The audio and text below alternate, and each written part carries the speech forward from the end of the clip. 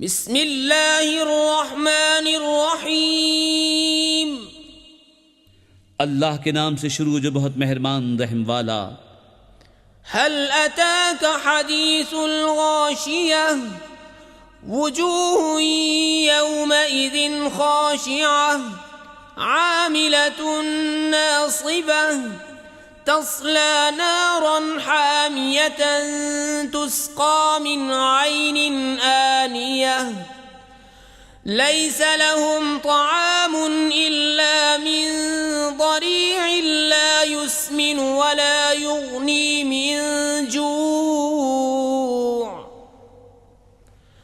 وجوه يومئذ ناعمة لسعيها راضية في جنة عالية لا تسمع فيها لاغية فيها عين جارية فيها سرر مرفوعة وأكواب موضوعة ونمارق مصفوفة وزرابي مبثوثة. بے شک تمہارے پاس اس مصیبت کی خبر آئی جو چھا جائے گی. کتنے ہی منہ اس دن ذلیل ہوں گے.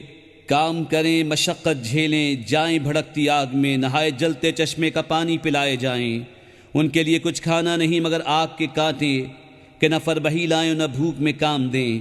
کتنے ہی منہ اس دن چین میں ہیں، اپنی کوشش پر راضی، بلند باغ میں کہ اس میں کوئی بیہودہ بات نہ سنیں گے.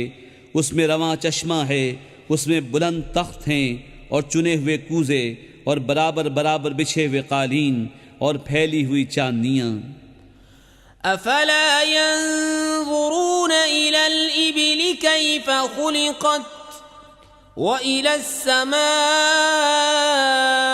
كيف رفعت والى الجبال كيف نصبت والى الارض كيف سطحت فذكر انما انت مذكر لست عليهم بمسيطر الا من تولى وكفر فيعذبه الله العذاب الاكبر ان الينا ايابهم ثم ان علینا حسابهم. تو کیا اونٹ کو نہیں دیکھتے کیسا بنایا گیا، اور آسمان کو کیسا اونچا کیا گیا، اور پہاڑوں کو کیسے قائم کیے گئے، اور زمین کو کیسے بچھائی گئی.